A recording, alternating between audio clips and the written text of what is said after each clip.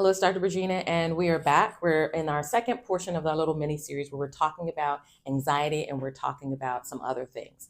So the first thing I want you to be thinking about is what we picked up from the last video. If you didn't watch it, go back and watch it. But antecedent, belief, consequence, right? The thing that happened or the situation that's kind of making you think about things, the belief or the we call them in CPT stuck points, and CBT we call them sometimes cognitive distortions. There's an automatic thought, and then there's distortion of the core belief underneath it. So I want you to not worry about those things right now. We're doing a very high level, bigger issue example so that you can get the overall concept. If you want actual good cognitive behavioral therapy, I'm sure there's a therapist that you can work with that will give you even more detail. We've got therapists at our practice, but there are good therapists all over. Consequence is the main thing that we're going to get out of this, the initial consequence, and then we're going to talk about the alternative thought and a new consequence. And consequence can be a thought, a behavior, a feeling, can be all kinds of things. So I'm going to use my personal example, and then we're going to go to another example. In this video, we're going to talk about my personal example, which is diving. If you've looked at my Instagram, you might have seen some little post about that. But basically, I love the water, grew up near Virginia Beach, love everything about the water, but I didn't learn to swim until basically high school, adult age. And so I've never been a very strong swimmer. So I've done things to help me become a better swimmer. But I tell you, I love the ocean, love everything about the water, just sitting near the water, being near the beach, my favorite place, love any and everything connected to water. Love it. Cold water, hot water, love it all. But several years ago, went diving, didn't have any problems at all, but loved the concept of diving and wanted to go back to diving. However, this past year, I noticed that I started developing some anxiety and some fears about diving that I had never had before. Now, I always had a little bit of a very healthy respect for water, and there was some concern that, I'm not the strongest swimmer and I don't want to get out too far and drown. That's a bad thing, right?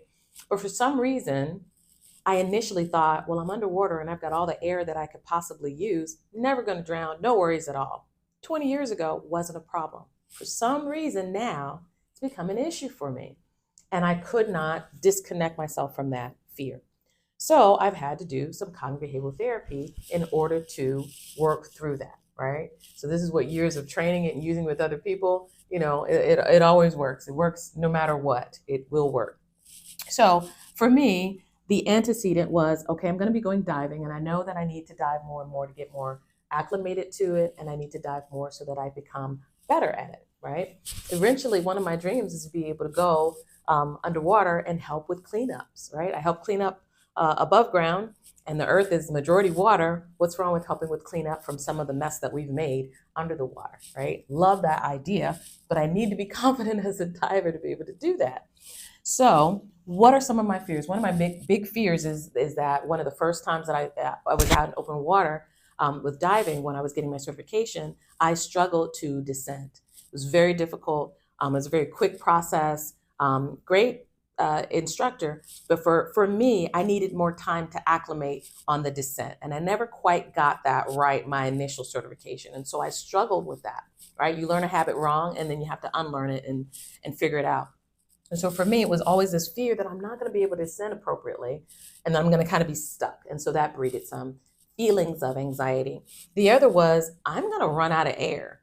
Like, as a novice, you breathe faster, you're more anxious, and you don't control your air as well. And my fear was always, I'm not going to get to the place that I need to see the good things or be able to use my talents to do what I need to do because I'm going to run out of air. And that instituted a fear, right? And there's all kinds of fears that went along with that. If I'm so deep, I'm going to have to pause and then be able to descend. And in an emergency, you don't have to do that. But either way, there was that fear, an irrational fear, but it was still a fear. And then I was thinking, well, I'm not going to enjoy this. And then the partners that I'm with aren't going to be able to enjoy this if I can't get myself together, right? And so the thought led to this emotion, and then that led to behaviors. My initial times when it was time to descend, I struggled for a bit. And I would constantly say, look, I need a minute to acclimate, and then I can try to descend.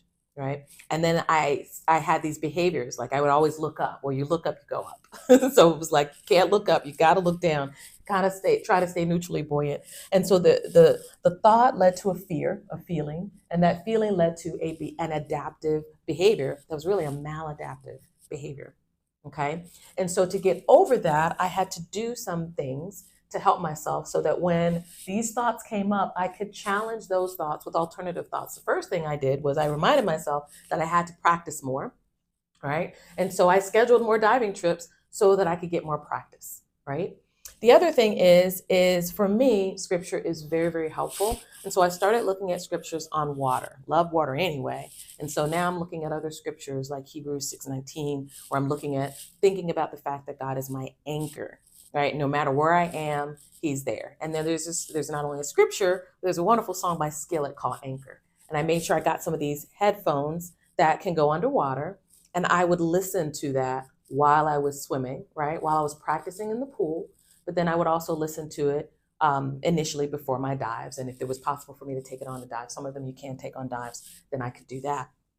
Now, that was something that I would do, and I practiced that, right? So practice memorizing that scripture, practice listening to that song, practice in the pool with that to calm. The other thing that I'm doing incidentally is I'm memorizing the book of John. And so as I've been memorizing that, there are certain scriptures that just kind of pop out. And so as I would start to get anxious, I just started, that's a practice that I normally do. So since it's a practice that I normally do, it just worked, right? It just totally worked. So I continue that. So I do something that's already calming for me out of water. I do it when I'm in water, and that's very helpful. And then I remind myself, again, alternative thought, I'm not running out of air. I'm looking at my gauge and I can see I've got plenty of air. I can see that I've got a rescue. I know breathe air. I know I'm out of air. I know I can share with another person. I know I can share air. I know all those things. So I remind myself of that information as well. I also have grounding techniques that I do when I'm above water and underwater. I have the 5, 4, 3, 2, 1. 5 things that I see, 4 things that I feel, 3 things that I hear. It's interesting what you hear and not hear underwater. 2 things that I smell, 1 thing that I taste. So those are things that I do, again, out of water that I can bring in water. And visualization. Out of water, I'm visualizing what I'm going to see before every dive. Every good dive master or person that's going to go with you is going to show you the things you're going to see underwater. So I got to see those things before, and it helped me acclimate when I was underwater. And when I'm out of water, guess what I listen to or look at? What's on my screensaver? What's other places? There are some of these things that really help me out. That helps me get through some of that anxiety, and it's wonderful. So that is this video talking about my own anxiety and how I got through that. Here at the bottom, I want you in this next video to talk with me through anxiety that some people may experience when they're going through TMS or Spravato.